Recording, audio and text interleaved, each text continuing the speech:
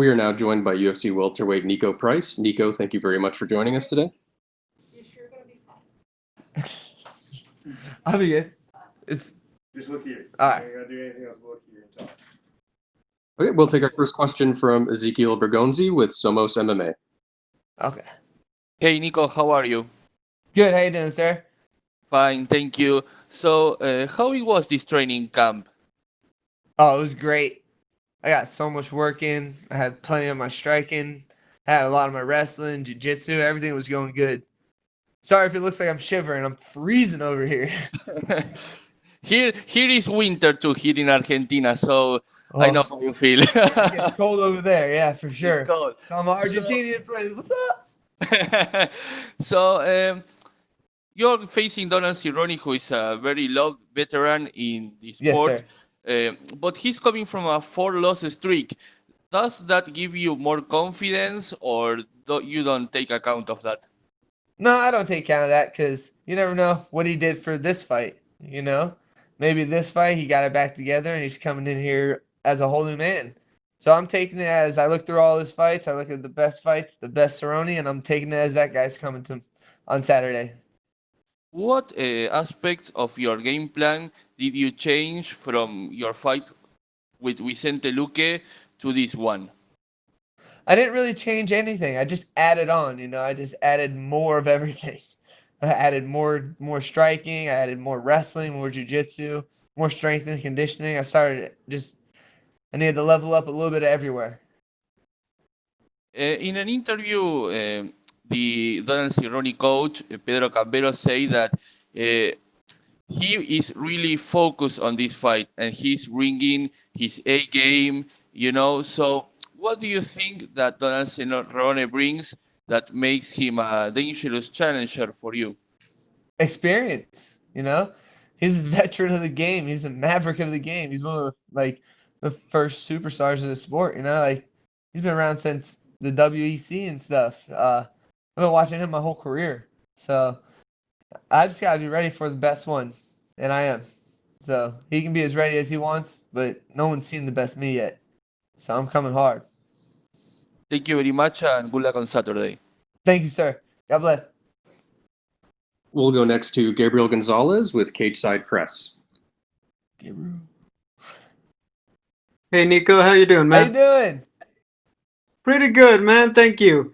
So look, everyone when they saw the booking, you versus Cowboy, everyone gets excited, right? Oh yeah. For you, do you get that same level, or is it just another night of work for you? Well, now it's another night of work for me. When I first got the news, yeah, I was super excited too. But I just had to bring it back down to letting myself know that he's another fighter, and when we get in there, I'm gonna hit him just like another man. Now I know that look, your fights they tend to turn into a scrap, but when everyone's saying, "Man, I can't wait for you to throw down with the Cowboy," do you have to sometimes control yourself a bit in there and not just get lured into a brawl with him? Of course, you always gotta control yourself in there. The second you don't control yourself, and you might catch him, but then you get taken down, or you might get caught. Like you gotta always be controlling, always paying attention in there. Be aware of everything. Your last fight ended with the eye injury. Can you describe the recovery process from that one? Yeah, I gotta sit down a lot. That's about it. I still I was chilling at the house, playing with the kids and stuff. I just didn't get poked in the eye, which actually happened more at my house than it did at the gym. It's Just the crazy. kids and everything. Yeah, the crazy kids. I got 5 of them, so I'm slipping punches all day. Oh man, full house. Yeah. Um, Talking about the last fight, what did you take from that one when you went back to the gym in terms of improving your game? I just took that. Yeah, I can definitely go 15 minutes with ease. You know, that's no problem. I can go 15 minutes any day of the week. Because at the end of that fight, the only reason it was stopped is because my eye. I felt great. I ran over to him after the fight and I was like, "Yeah, dude." I was like, "Great fight, man." And he was like, "You too, great fight, man." And we were just congratulating each other. Of course, I had to give him dabs for the victory, of course. But you know, just I learned that I'm durable and I'm ready to do this. Final question for me. How do you see this one playing out, Nico? a victory. My hand will be raised, and it's going to be spectacularly. Thank you. Thank you. We'll go next to Damon Martin with MMA Fighting. Hey Niko, since arriving in the UFC, you've kind of given this reputation of being an insanely exciting fighter. We know what we're getting when we get a Niko Price fight. We always talk about rankings and titles, and obviously those things are important. But what does it mean to you that you've built this reputation that people want to see you fight, no matter who you're fighting, no matter where you're fighting? We know we're going to get a fight when we see Niko Price fight. I built that reputation by just going in there and fighting, man. That's what you're supposed to do when you get in there, right? Like I used to watch all the beginning Ultimate Fighters, and I always heard Dana saying, "If you plan on doing this, you better get in here and fight." Well, I planned on doing it, so I came in there and I just started fighting, man. Fight my butt off. I got a big heart, and I can take a lot of damage. I'm down. I'm down for a brawl, but I don't like them, but I'm totally down for them. do you feel like in this particular matchup, we've seen Cowboy involved in some of those, but we've also seen him get, he's taken some punches over the years and things like that. I mean, do you feel like if you can draw him into your style of fight, that it might be tough for him to hang with you for 3 rounds, especially at welterweight, which is not typically his home weight class?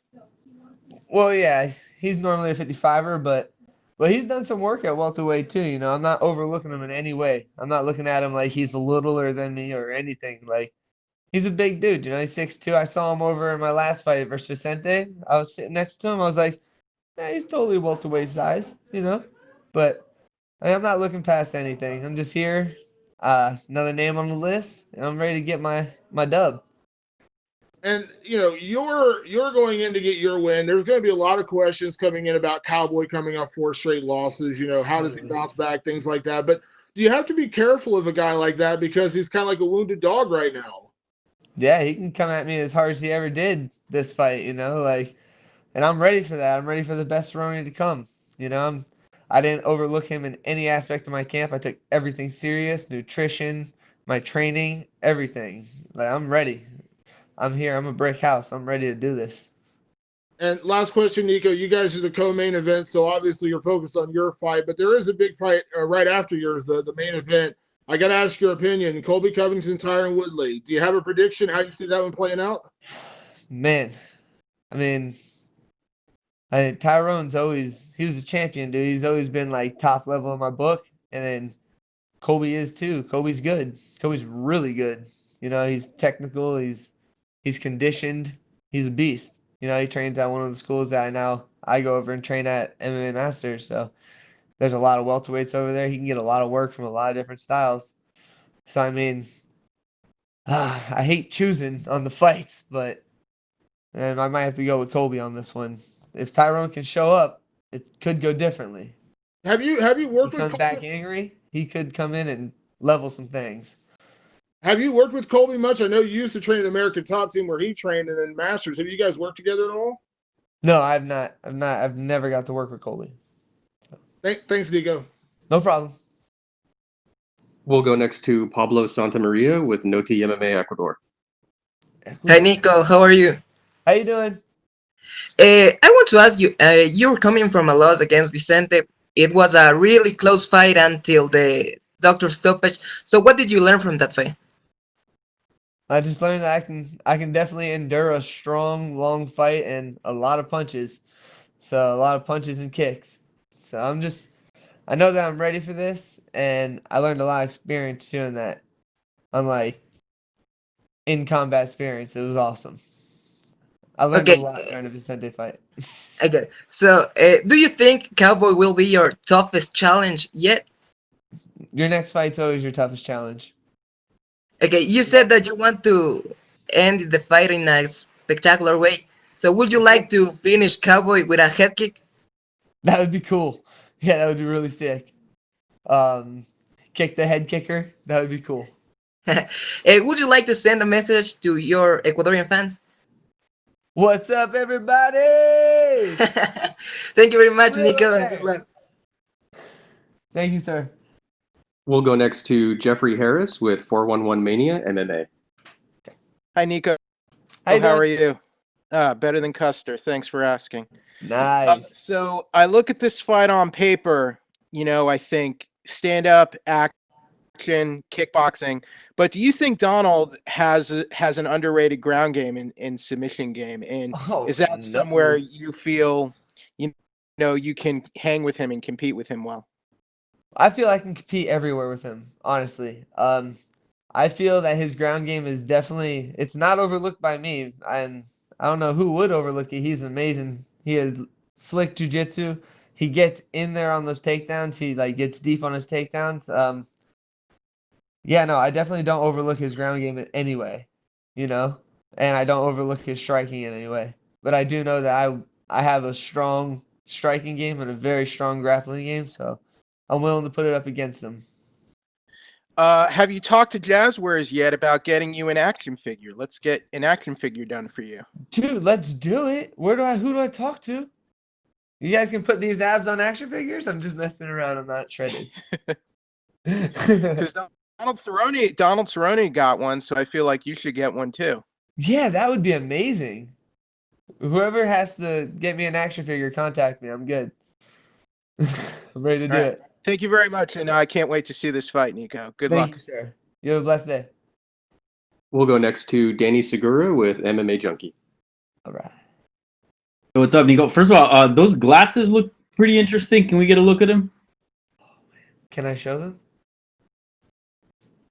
Oh man, I'm not getting in trouble for this, right? Oh, I or don't know if never I mind. can. Never. I don't think I can right now. Actually. Yeah, I know. You're good. You're good. No. Uh, No, they fell. Oh, they fell off the balcony. Nikes. Yeah. They're gone. Bummer. Yeah. Real quick, obviously this is a big bout, big opportunity for you. What went through your head at the moment the opponent Donald Cerrone came, whatever it was, via email or call? What went through your head when you got his name? That's Yeah. what happened. I had 3 minutes of frozenness, and I just read it. I just kept reading it over and over, you know. And I told my wife to come here, and I told her to read it to me. And then she realized what she was reading to me, and then she was like, "Really?" I was like, "You're reading it," you know. And then yeah, and then I had to get ready to fight him, so I Yeah. had to put all that behind me after that. I mean, you faced some really good fighters throughout your UFC run, obviously. But would you Yes, say sir. this is like the one that excites you the most? I mean, Donald Cerrone, Totally. he's been around for quite some time. Totally, man. I like watch videos of him and try to do the things he does. You know, like I love that guy. He's a beast. Great style, great person, great fighter. For You sure. know, like class act. He's never like I don't think I've ever seen him like sour. You know, I learned my sportsmanship from someone like him. Yeah. And Cerrone's obviously, been in some really big bouts. I mean, if you look at like the last 4 opponents that he has, those are all big fights, man. Dude, I know. Let me fight them Yeah. too. What do you think it says about you that like, the UFC's willing to give you a name, not only that, but like also coming off a defeat in a co-main event slot? Yeah, like I said, I'm blessed. I have blessings upon blessings put upon me, and all I'm doing is I'm trying to capitalize on all these blessings that I get and show you guys that I'm worthy to be here. You know, show Yeah. you guys that I'm not alone up here, even though I look like it. Yeah, God on my side. Yeah. And you had like many exciting bouts in the UFC. And recently, speaking with the media, Michel Pereira said that he was more interested in putting on exciting fights than winning. I wonder if that's the case with you. No, I like winning. Um, the exciting stuff just happens, you know? Like I love fighting, I love getting my W. You know, like the W, it just the reason I want the W is because it just helps me give another year towards my family. You know, every paycheck I bring in, because this is all I do. You know, I don't have a side hustle. I don't have no side jobs. I don't have another company. You know, I'm a UFC fighter, and this is how I make the money for my family. So I live fight to fight. So I have to capitalize on fight to fight, and there's no other options. Yeah. And Cerrone's a veteran of the game. He's been fighting for a Mhm. long time. When you were starting out, did you ever think you'd be facing names like that? And what's it like to like be able to get to fight him, before he calls it quits? Because he's spoken about like being in the end of his career here. And that's what I was saying earlier. I was saying one of the other interviews. When I got when I first made it to UFC and I saw him come up to 170, I was like, there's a possibility that I'm gonna be able to get in there with him. Like I was like, wow, there's an opportunity for this to like happen in the future. And then now look, I'm here sitting behind this desk and I'm talking about the fight with him. So, it's just I'm doing things right because the blessings are still coming. So I'm trying to stay on the right path.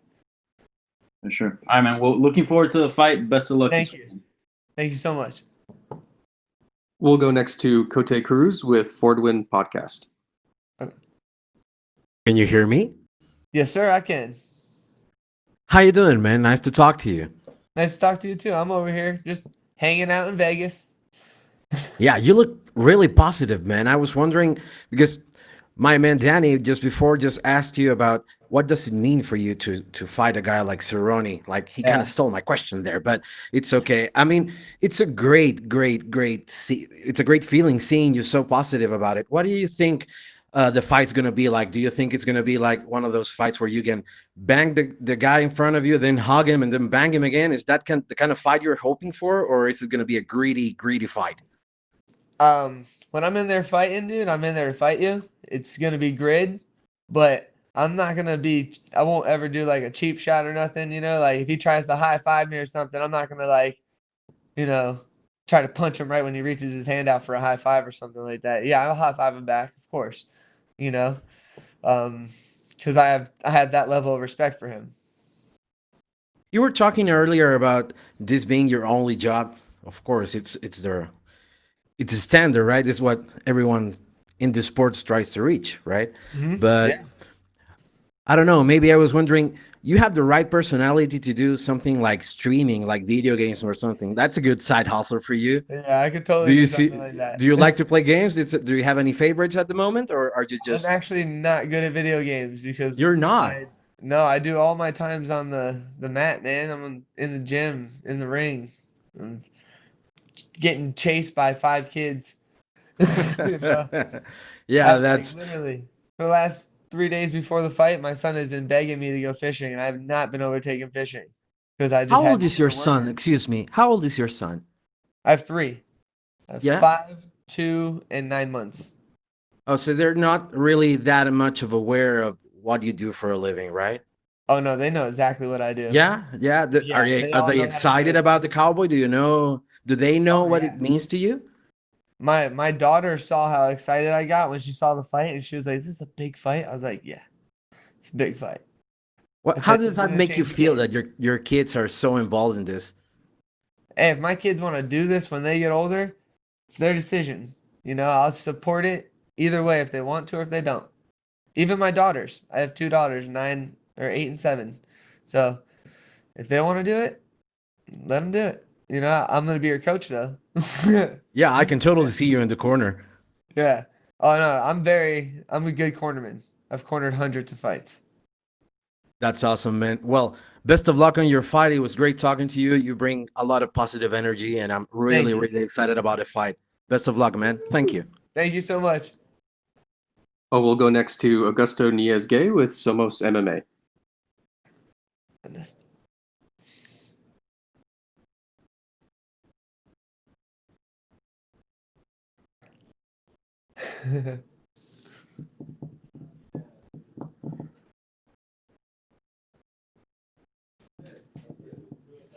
Oh, hello, Nico. Do you hear me?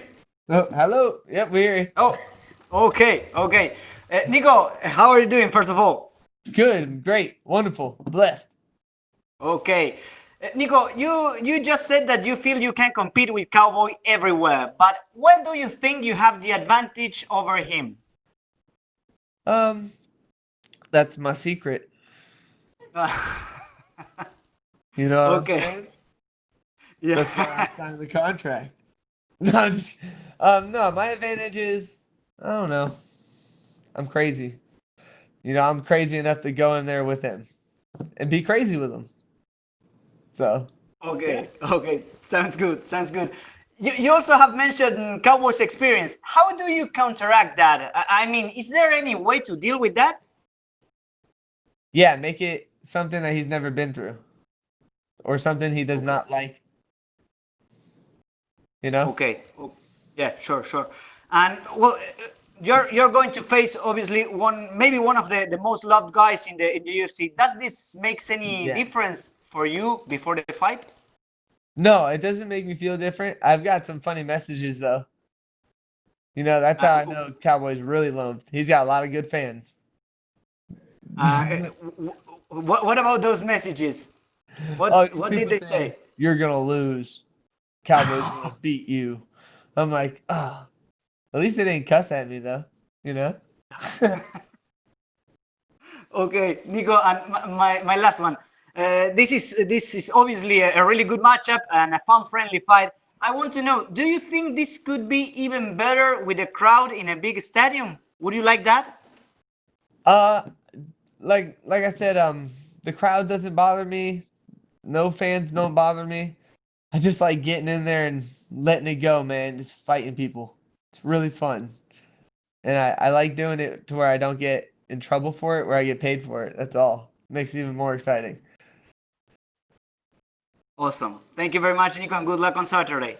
Thank you very much. All right, thank you very much, Niko. You're all set. Sweet. Thank you. Thanks, man.